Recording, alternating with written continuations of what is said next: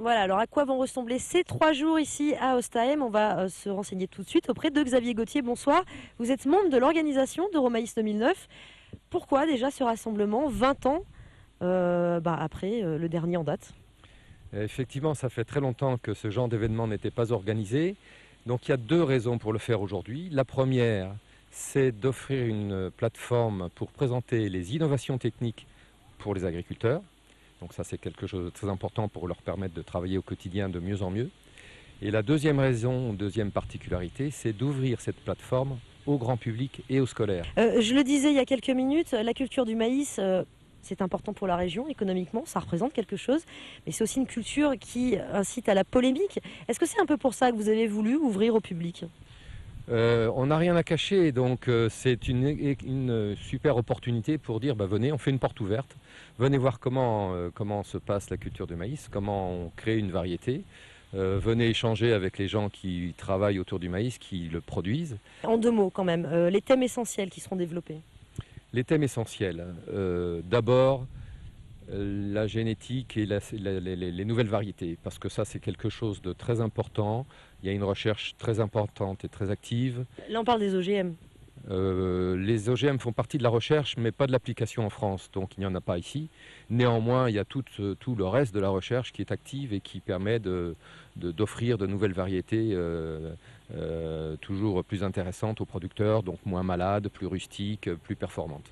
Second point important, c'est celui de l'eau, donc l'irrigation. C'est quelque chose qui est crucial pour les producteurs. Donc il y a tout un atelier où il y aura des vrais arroseurs qui vont fonctionner avec des innovations très particulières. Troisième grand pôle, c'est celui qui concerne tous les débouchés. Donc ça c'est une force de l'Alsace qui se trouve accueillir de nombreux industriels et même un peu plus au nord le long du Rhin, qui fait que le maïs alsacien va en grande majorité vers l'industrie pour l'alimentation humaine ou l'utilisation non alimentaire. Le papier qu'on touche chaque jour, le plastique demain ou même dès aujourd'hui.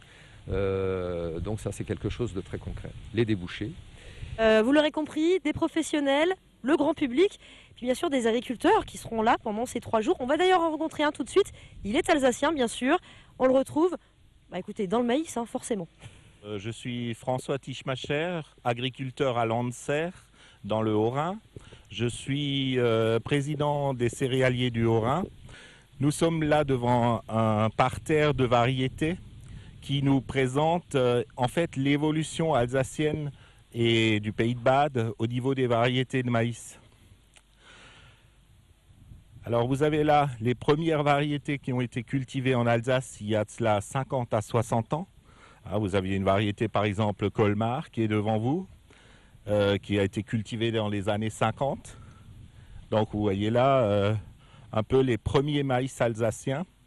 Et puis lentement on s'achemine vers le progrès génétique où on passe vers les années 70.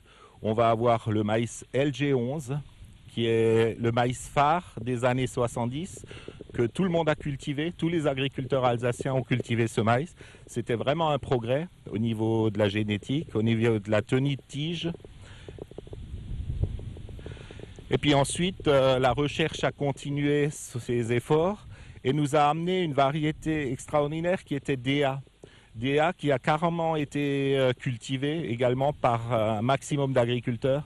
Aucun agriculteur ne se souvient pas de DA, qui était un progrès important dans la culture du maïs et qui a permis à beaucoup d'exploitations de faire de très bons rendements.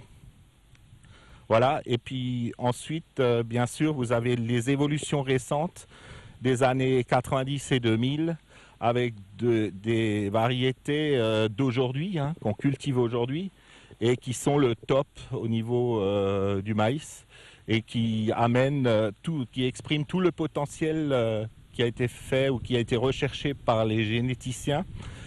Voilà, après cette petite leçon d'histoire sur le maïs en Alsace, on va s'intéresser à 2 thèmes d'actualité.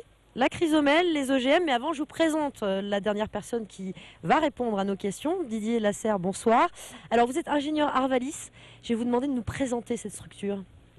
Oui, bonsoir, Arvalis c'est l'Institut des céréaliers qui est financé et dirigé par les céréaliers français.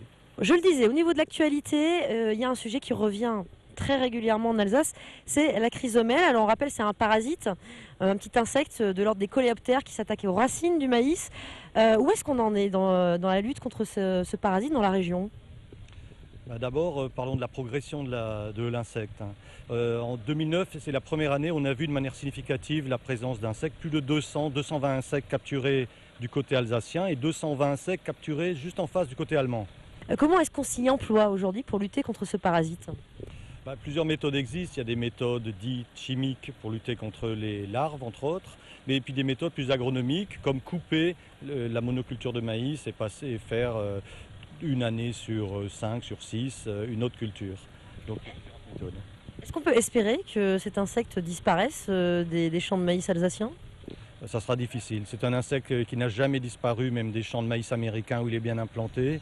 Ça sera très difficile, il faudra vivre avec. Autre sujet d'actualité dont on parle très souvent, c'est bien sûr les OGM. Alors ce que peut-être peu de gens savent, c'est qu'il y a eu des OGM dans le maïs alsacien durant les années 90. Depuis 2000, il n'y en a plus du tout. Où est-ce qu'on en est à ce niveau-là ? J'imagine que on en parle toujours. Est-ce qu'il y a des idées de reprendre quand même une certaine forme de culture OGM ici ? Il faut savoir que là, la réglementation nous impose de ne pas cultiver d'OGM en France. Il y a la clause de sauvegarde qu'a déposée la France il y a à peu près un an, impose qu'il n'y ait pas d'OGM en France. Donc il n'y en a pas cultivé dans la région, il n'y en a aucun cultivé. Il y en avait il y a une dizaine d'années, à l'époque où on n'avait pas cette obligation. À l'avenir, on verra. Il est très possible qu'on en utilise des OGM qui peuvent être intéressants, entre autres contre la fameuse chrysomèle. Aux États-Unis, on utilise des OGM contre la chrysomèle. Du coup, il n'y a pas d'épandage de produits chimiques, mais nous, on n'en est pas là. On n'a pas le droit d'en cultiver, on en cultive